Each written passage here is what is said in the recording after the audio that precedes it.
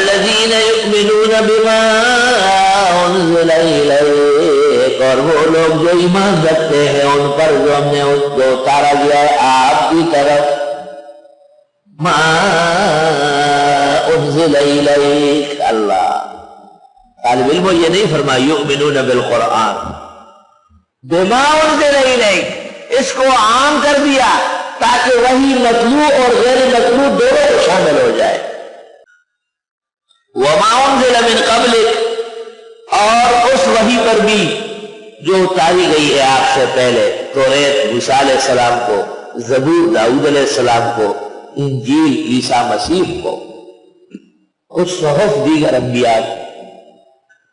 دیکھو نقطہ یاد رکھو، جس طرح ما انزل من قبلک میں عموم اس لیے کیا گیا تاکہ گزشتہ تمام کتابوں کو شامل ہو جائے، اس طرح بما انزل الیک اس میں بھی عموم اس لیے رکھا گیا تاکہ محمد عربی صلی اللہ علیہ وسلم کے پاس اللہ تعالیٰ کی طرف سے جو علوم اور وحی کی امانات آئی ہے سب کو شامل ہو جائے۔ وبالآخرۃ ہم یوقنون، اور آخرت کا بھی یہ لوگ یقین کرتے ہیں۔ مالک یوم الدین کی طرف بھی اشارے ہے اور تفصیل۔ اللہ اکبر کبیرہ۔ آخرت میں نے عرض کیا تھا تین چیزوں کا نام ہے، ایک قبر یا برزخ، دوسرا حشر، اور تیسرا تفصیل قیامت، اس کے بعد جزا اور سزا۔ آخرت شروع ہوتی ہے قبر سے اور مکمل ہو جاتی ہے جنت اور جہنم پر۔ اللہ تعالیٰ جنت نصیب فرمائے اور جہنم سے محفوظ فرمائے۔ وبالآخرۃ ہم یوقنون۔ عجیب بات ہے کہ یؤمنون بما انزل الیک وما انزل من قبلک، لیکن یہ نہیں فرمایا وما انزل من بعدک، کیونکہ نبوت کا محمد باندھے تمام شو اشتقصل محمد انبیاء، محمد صلی اللہ علیہ وسلم پر ہر طرح نبوت مکمل ہو گئی۔ آپ کے بعد قیامت تک کوئی نیا نبی نہیں آئے گا، آپ کے بعد تو بس قیامت ہے۔ وبالآخرۃ ہم یوقنون۔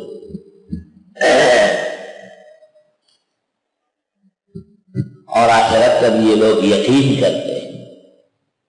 اولئک علی ھدی من ربہم، وہاں دعا کی تھی اہدنا، ہدایت دو، فرمائے یہ لوگ ہدایت پر آ گئے۔ وَأُولَٰئِكَ هُمُ الْمُفْلِحُونَ، اور یہ لوگ ہدایت یافتہ۔ میر سید اور تفتزانی کا مناظرہ ہوا ہے اولئک علی ھدی من ربہم بے، اس میں استعارہ تخیلیہ ہے یا تمکینیہ ہے۔ علم الدین معتزلی حکم تھا اور اس نے میر سید کے حق میں فیصلہ دے دیا،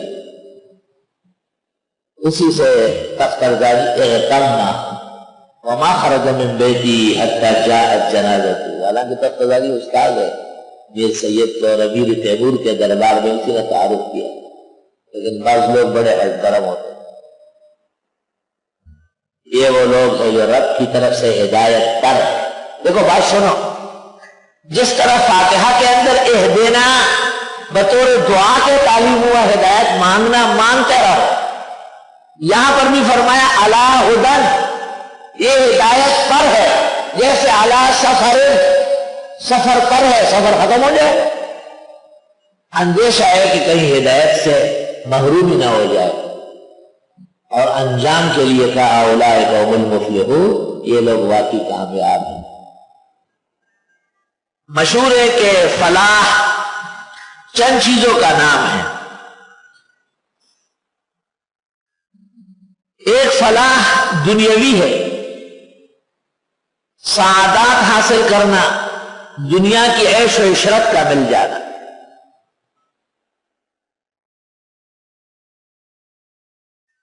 دنیا کے اندر چار چیزیں ہو، ایک بقا ہو، دوسری غنا ہو، تیسری عزت ہو، اور چوتھی شہرت ہو۔ فلاح قد افلح المؤمنون۔ اور آخرت کے اندر بھی چار چیزیں ہیں، بقاء بلا فنا، وغناء فقر وعز بلا ذل وعلم بلا جہل، بقا ہو فنا نہ آئے، غنا ہو فقر نہ آئے، عزت ہو ذلت نہ ہو، علم ہو جہالت نہ ہو۔ مفردات امام راغب صفحہ 350۔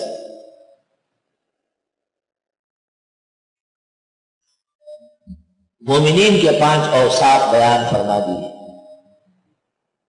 اور مومنین کے 4 مقامات بیان فرما، ایک مؤمن، دوسرا متقی، تیسرا مہتدی اور 4 مفلح۔ 5 اوصاف بیان فرما دیے، ایک ایمان، دوسری صلاۃ، تیسری انفاق،